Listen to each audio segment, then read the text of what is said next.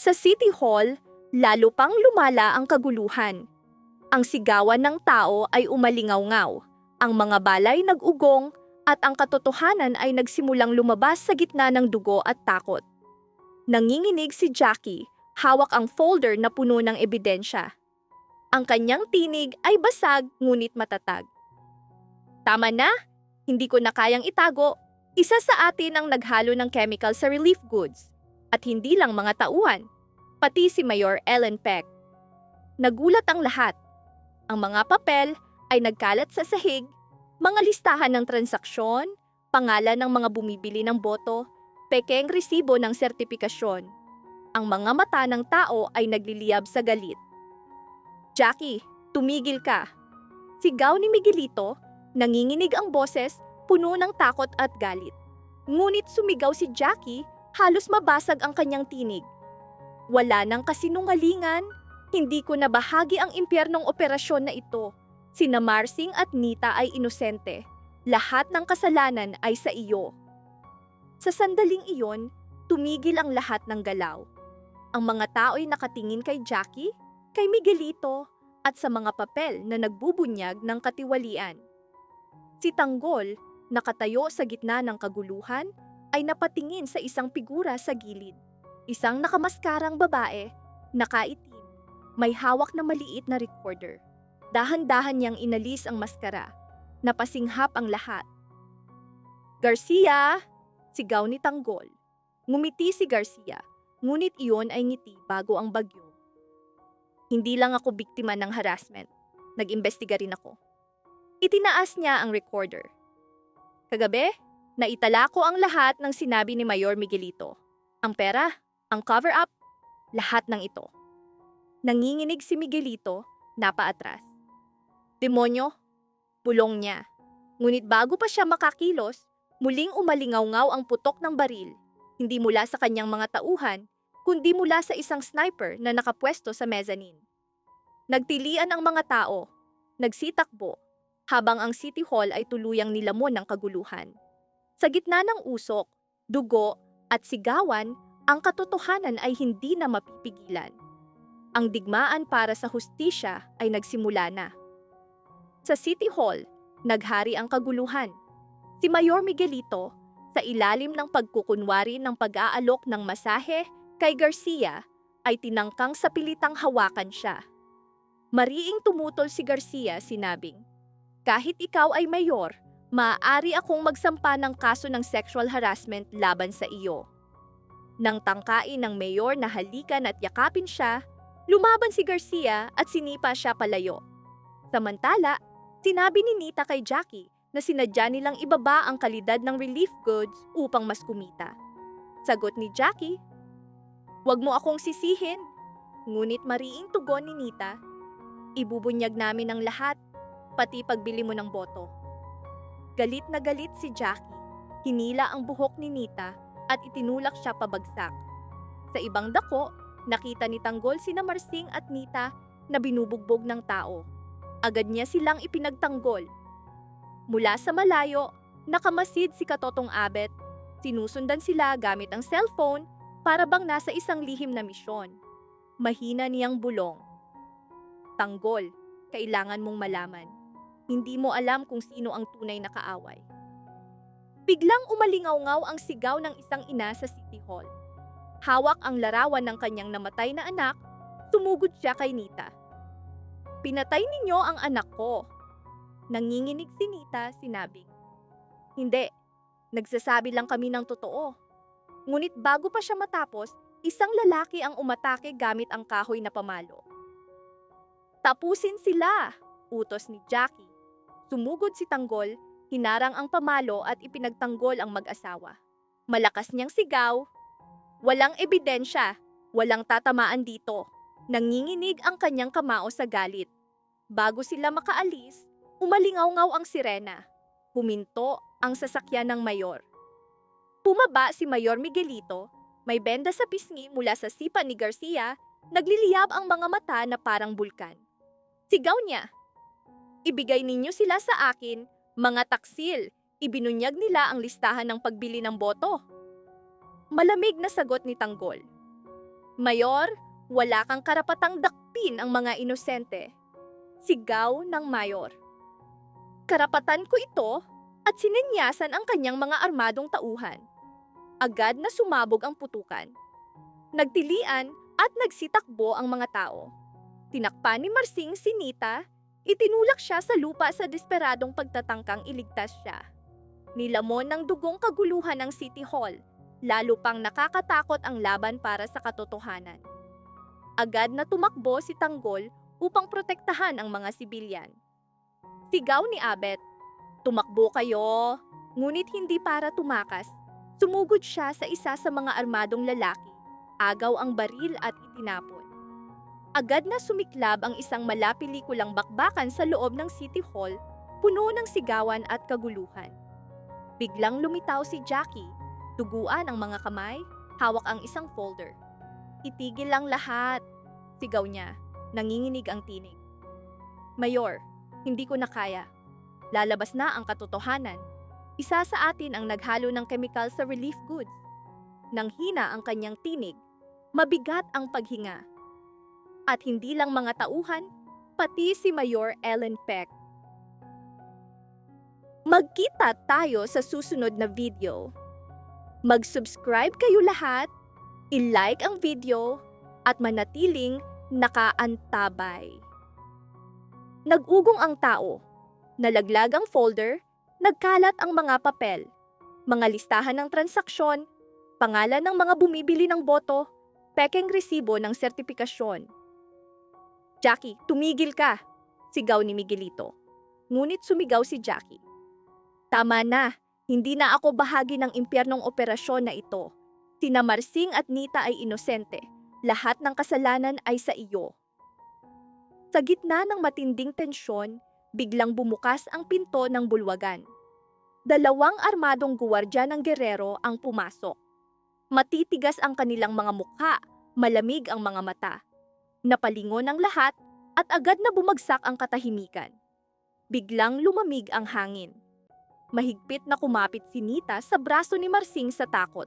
Sabi ng mga gwardya, "Ginoong Marsing," ginang Nita. "Naghihintay si Don sa itaas. May nais siyang ipakita sa inyo." Nagkatinginan sina Marsing at Nita. Agad na lumapit si Kong Leo. Pilit na kalmado, ngunit bakas ang takot sa kanyang mga mata. May bumulong ng babala. "Huwag kayong pipirma ng anumang papeles. Anuman ang sabihin nila sa ngalan ng negosyo, laging may kapalit. Baka gawin kayong panakipbutas." Napasinghap si Nita. Panakipbutas? Naalala niya, nasa kanilang mga kamay ang kapangyarihan ng lungsod. Sa sandaling iyon, lumapit si Tinding, nakatitig sa mag-asawa. "Iyan ang sinasabi ko. Kung hindi kayo aamin, sa huli kayo rin ang mabibitag. Pero kung may alam kayo na hindi namin alam, magsalita na kayo ngayon bago maunahan kayo ng iba." Napakunot ang noo ni Marsing. "Ano ba ang sinasabi mo?" Ngunit bago pa siya makapagsalita, hinila na sila ng mga gwardiya paakyat sa hagdan. Bawat hakbang, lalong bumibilis ang tibok ng puso ni Nita. Hindi niya alam kung takot lang iyon o senyales ng mas malalim na misteryo.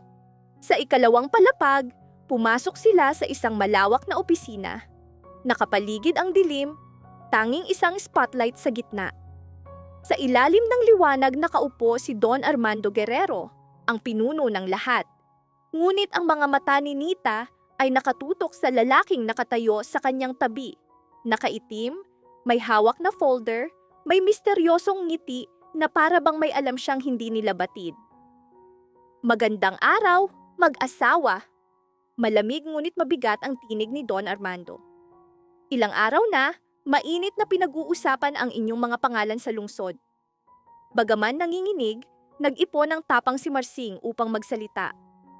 "Ginoo, may hindi pagkakaunawaan. Wala kaming kasalanan." Biglang ibinagsak ng lalaking may folder ang hawak sa mesa. Napatalon si Nita sa gulat. Malamig na ulit ni Don Armando. "Hindi pagkakaunawaan?" Lalong bumigat siyang hangin. Ang anino ng katotohanan ay tila lumalapit. Alam ba ninyo kung ilang pamilya ang naulila dahil sa mga panis na relief pack na inyong isinaplay? Mariing tanong ng lalaking nasa tabi ni Don Armando. At bago kayo sumagot, tingnan ninyo ito. Binuksan niya ang folder at gumuho ang mundo ni Nanita at Marsing. Nasa loob ang mga larawan, dokumento, resibo, video clip, lahat konektado sa kanilang negosyo. May larawan pa ng isang bodega na iniimbestigahan ng Guerrero. Ngunit ang pinakanakakatakot, isang litrato ng lalaking kamukha ni Marsing, nagbibigay ng pera sa isang tauhan ng Guerrero. Hindi ako yan! Mahina at nanginginig na bulong ni Marsing. Ngunit bago pa sila makapagsalita, umalingaw-ngaw ang mga sirena sa labas. 3 sunod-sunod na putok, kasunod ang mga sigaw mula sa ibaba. Mabilis na lumingon si Don Armando. Lockdown! May ambush sa labas! Sigaw ng guwardiya. Nagkagulo, nagtakbuhan ang mga guwardiya palabas. Mahigpit na kumapit si Nita sa braso ni Marsing, nanginginig. Sino ang gagawa nito? Mahina niyang bulong? Sagot ni Marsing. Hindi ko alam, pero may mali. May gustong pabagsakin ng mga Guerrero. Sa sandaling iyon, nagsalita ang lalaking may folder. Don, sinabi ko na sa iyo, hindi mapagkakatiwalaan ang mga taong ito. May mga koneksyon sila, hindi ordinaryo. Alam ko ang tunay mong kaaway. Hindi kami, kundi ang mga nagpakalat ng expired goods. Nabigla si Marsing. Ibig bang sabihin, may ibang supplier na ginagamit ang pangalan natin? Tanong niya. Ngunit bago pa may makasagot, biglang nabasag ang salamin sa gilid ng opisina. Tumama ang bala sa dingding. Senyales ng mas malaking panganib. Dumaan ang bala ilang pulgada mula sa ulo ni Nita. Yuko? Sigaw ng guwardiya? Nagkagulo ang lahat. Lalong lumakas ang putukan. Umakyat ang mga armadong lalaki sa hagdan. Ngunit hindi sila mga tauhan ng Guerrero, kundi ibang grupo. Hingal na nagtago si Nita sa ilalim ng mesa. Marsing, sino sila? Sino ang mga kaaway natin? Sa gitna ng kaguluhan, sumigaw si Don Armando.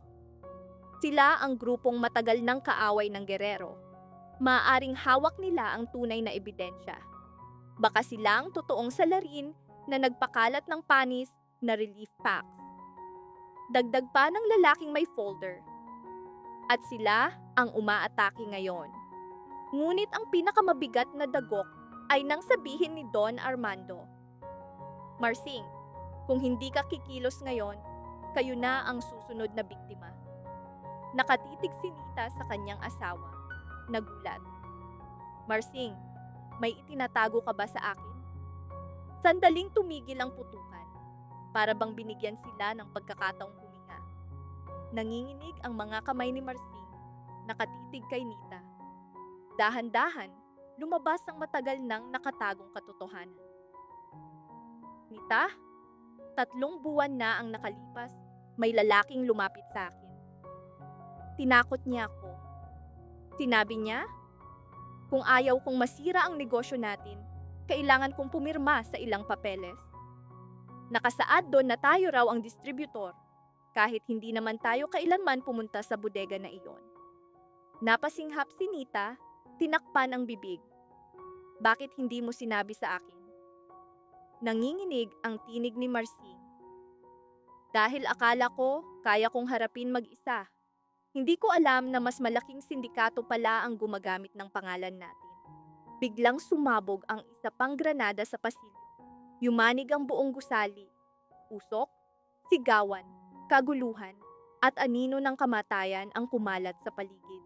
Bago pa makatakbo ang lahat, hinarap ni Don Armando sina Marsing at Nita. Mabigat at mariin ang kanyang tinig. Makinig kayo, 2 na lang ang landas. Sumali kayo sa amin at tuklasin ang tunay na utak, o maghanda kayo dahil ipapahamak nila kayo at lulunurin ng buo. Huminga ng malalim si Nita. Sa unang pagkakataon, mahigpit niyang hinawakan ang kamay ng asawa at matatag na sinabi, "Hindi na ako magiging biktima. Hindi na ako mananahimik. Hindi tayo mamamatay ng walang laban. Nabigla si Marsing sa tapang ng kanyang asawa. Sa sandaling iyon, lumitaw si Tinding, hingal, may hawak na baril na pinulot mula sa sahig. Mariin niyang pahayag, "Hindi ko kayo iiwan. Kung totoo ang sinasabi ninyo, may karapatan kayong lumaban. At may karapatan kaming malaman kung sino talaga ang pumatay sa mga taong ibinintang sa inyo." Bago pa sila makalabas ng opisina, isang tinig ang umalingaw-ngaw mula sa malayo. Hindi ito sigaw, hindi rin putok ng baril, malamig, mababa, at nakakatakot na pamilyar kay Marsing. Tama na ang pagtatago, Marsing. Dumating na ang oras. Napalingon si Marsing, nanginginig ang tinig. Wala kaming kasalanan. Samantala, pinagmamasdan ni Jackie ang kaguluhan. Mariing wika ni Konglo. "Maaari kaming magsampa ng kaso laban sa inyo." Mabilis na tugon ni Jackie, puno ng galit. "Palengke ba ito? Nagtatawaran ba tayo rito?" Dagdag ni Rhoda. "Alam ko ang tunay na pinagmulan ng mga expired na lata." Dahan-dahang nagtipon ang tinaguriang masasamang puwersa. Mariing sabi ni Kong Leon, "Hindi rehistrado ang bodega ninyo. Peke ang lahat. Dapat kayong kasuhan." Sumabat si Medelito, isang kongresista, malamig ang tinig. "Sobra kayong magsalita. Kung gusto ninyong magsampa ng kaso, gawin ninyo. Tingnan natin kung saan hahantong." Muling bumigat ang hangin.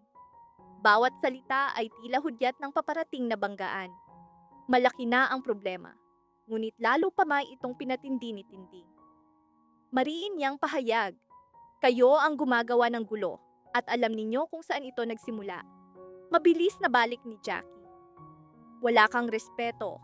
Kausap mo ang mayor? Nasa City Hall ka? Alamin mo ang lugar mo? Kung gusto ko, kaya kitang paalisin. Naiinis na ako." Matapang na sagot ni Tinding. "Hindi ako natatakot. Kilala ko ang mga gerero.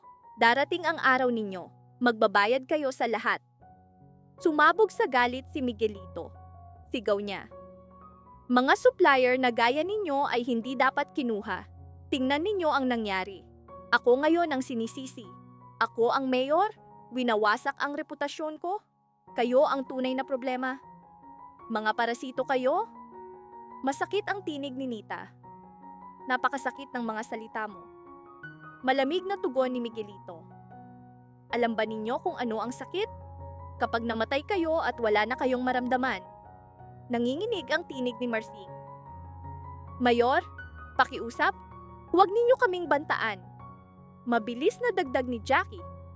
Wala namang banta. Ngunit hindi na napigilan ni Miguelito ang kanyang galit. Sigaw niya, "Lumabas kayo rito. Kung hindi, magiging totoo ang banta ko." Pagkatapos ng kanyang huling salita, bumagsak ang isang nakakatakot na katahimikan sa City Hall. Ngunit mas nakakatakot pa ito kaysa sa mga sigaw. Mapanganib na katahimikan. Para bang may mga hindi nakikitang mata na nakamasid mula sa bawat sulok. Nanginginig si Nita, hindi dahil sa takot, kundi sa galit at kahihiyan. Bahagyang umatras si Marsing. Hawak ang kanyang dibdib na para bang pinipigilan ang isang pagsabog mula sa loob. Biglang nagtanong si Rhoda. Matapang ang tinig. "Mayor, ano ang itinatago mo? Kaninong pangalan ang kinatatakutan mong banggitin?" Nagbago ang ekspresyon ni Jackie. Mula sa arugante ay biglang naging takot at kaba. Mabilis siyang tumingin kay Miguelito, malinaw na may bagay na hindi masabi. "Rhoda?" Mahina niyang babala. "Huwag mong banggitin ang hindi mo naiintindihan." Ngunit ngumiti lamang si Rhoda, misteryoso. "Mas marami akong alam, higit pa sa iniisip mo." Nanigas ang panga ni Kong Leon. "Ano ang ibig mong sabihin, Rhoda?" Walang sagot si Rhoda. Sa halip, dahan-dahan niyang inilabas ang isang maliit na sobre mula sa kanyang bag. Lukot, bakas ng panginginig ng mga kamay. Natigilan ang lahat. Maging ang mga tahimik kanina ay napatinggin. Halos hindi makahinga. "Ito," nanginginig ang tinig ni Rhoda. "Ang ayaw ninyong makita. Buksan mo! Sigaw ni Tinding, galit na galit. Wala na kaming pakialam kahit may madamay pa. Ngunit bago pa mabuksan ang sobre, biglang kumislap ang mga ilaw, nag-flicker at tuluyang namatay. Sumabog ang dilim, sigawan, yabag, nabasag na salamin, mga daing ng sakit. Nagkabanggaan ang mga tao, sa gitna ng kaguluhan, may biglang dumampot ng sobre mula sa kamay ni Rhoda. Hoy, sino ka? Ibalik mo, sigaw ni Rhoda. Ngunit isang malamig, mababang tinig ang umalingaw-ngaw. Hindi pa oras. Nanigas si Rhoda, nanginginig ang katawan. Kilala niya ang tinig na iyon. Walang pagkakamali. Makalipas ang ilang segundo, bumalik ang ilaw. Dahan-dahan, muling nakita ng lahat ang isa't isa. Ngunit wala na ang sobre. At ang mas nakakatakot, may nawawala. Nita, sigaw ni Jackie, ngunit walang tugon. Nanginginig ang tinig ni Kong Leon. Marsing, nasaan siya? Natigilan ang lahat. Bumagsak ang nakakatakot na katahimikan sa loob ng City Hall, para bang may mga hindi nakikitang mata na nakamasid mula sa bawat sulok. Lumaganap ang katahimikan. Si Tinding ang unang nakapansin ng kakaiba. Mga kasama, sandali, sabi niya. Nang tumingin ang lahat sa hagdan, nakita nila ang isang sapatos ni Marsing. Baluktot, puno ng putik, para bang kinaladkad palayo. Hoy, may nangyari! Sigaw ni Jackie. Ilak ang lahat ng pinto. Utos ni Miguelito, halatang takot. Walang dapat makalabas ng gusali. Ngunit agad na sagot ng isang kagawad. Mayor, nakalak na ang lahat ng pinto bago pa nag-blackout. Paano posible iyon? Bulalas ni Kong Leon. Sino ang nag-lock kung narito tayong lahat? Sa sandaling iyon, mas malalim na takot ang bumalot sa lahat. Hindi na ito simpleng sigawan o politika, may hindi nakikitang puwersang kumikilos. Biglang napansin ni Jackie ang isang monitor na muling kumislap. Nanginginig ang kanyang mga kamay habang itinuro ang screen. Sir, tingnan ninyo ito. Nagtipo ng lahat. Ang footage ay nagpapakita kina Nita at Marsing, kinaladkad ng mga nakamaskarang lalaki na nakaitim. Nakabalot sila ng dilim, walang tumutulong. Ngunit ang pinakanakakatakot ay nang bumuka ang bibig ng isa sa mga nakamaskara. Walang audio, ngunit lahat ay nakilala ang galaw ng kanyang labi. Isang pangalan ang binanggit. Pangalan ng isang taong hindi dapat kasali. Isang taong matagal nang akalay na wala. Halos hindi makahinga si Jackie. Sir, parang sinabi niya ang pangalan, ngunit walang naglakas loob na banggitin ng malakas ang pangalang iyon. Tahimik, sigaw ni Miguelito, nanginginig ang tinig. Sa sandaling iyon, ang katahimikan ay mas nakakatakot pa kaysa sa putukan dahil isang pangalan, isang anino mula sa nakaraan, ang muling bumalik sa kanilang harapan. Nanginginig ang tinig ng mayor, basang-basa ng pawis ang kanyang katawan. Nakatingin ang lahat, nagulat. Sa unang pagkakataon, nakita nilang takot na takot ang mayor. Mayor, wika ni Kong Leon, ano ang nangyayari? Kanino ka natatakot? Kaninong plano ito? Ngunit walang sagot si Miguelito. Sa halip, mahigpit niyang hinawakan ang kanyang buhok at bumagsak sa sahig. Mahinang bulong niya, hindi dapat ito mangyari. Hindi pa sila dapat kumilos. Hindi pa oras. Sino sila? Sigaw ni Tinding. Dahan-dahan tumayo si Miguelito, mabigat ang mga mata. Sila, ang minsang akala kong kaibigan, sila ang tunay. Sa gitna ng kaguluhan sa City Hall, biglang nag-vibrate ang cellphone ni Rhoda. Isang unknown number. Nanginginig siyang sinagot. Mula sa kabilang linya, malamig na tinig. Rhoda, kung gusto mong makita muli sina Nita at Marsing, sundin mo ang aking utos. Mahigpit na kumapit si Rhoda sa kanyang upuan upang hindi matumba. Sino ka? Ano ang gusto mo? Tanong niya. Nakakatakot ang sagot. Huwag mo akong tanungin. Tanungin mo ang mayor. Kasunod nito, isang larawan ang ipinadala sa telepono. Ipinakita si Nita at Marsing. Nakatalikod ang mga mukha, nakaupo, nakagapos ang mga kamay, nasa loob ng madilim na bodega. Sa kanilang likuran, isang simbolo na matagal nang itinago ng mga gerero.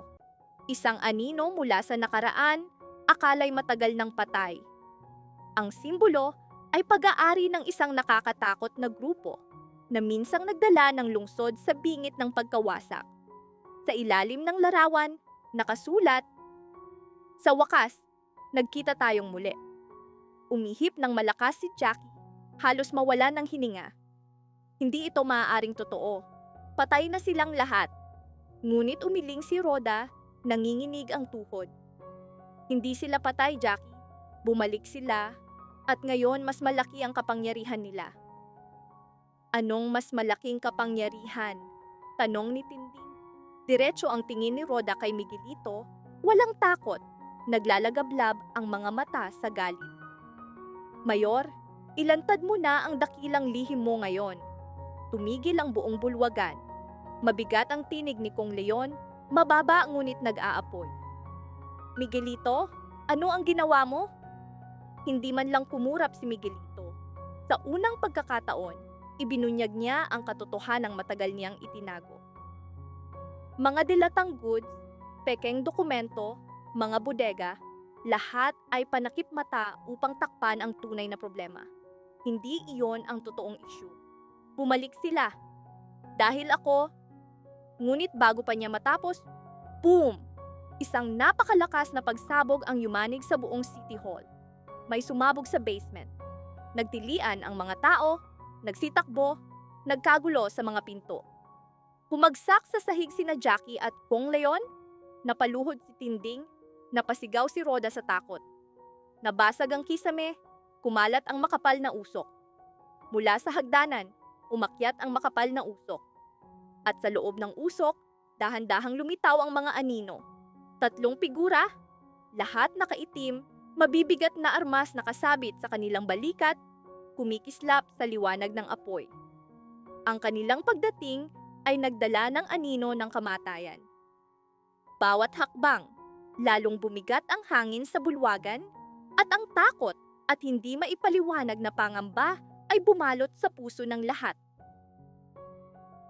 Magkita tayo sa susunod na video. Mag-subscribe kayo lahat, i-like ang video, at manatiling nakaantabay.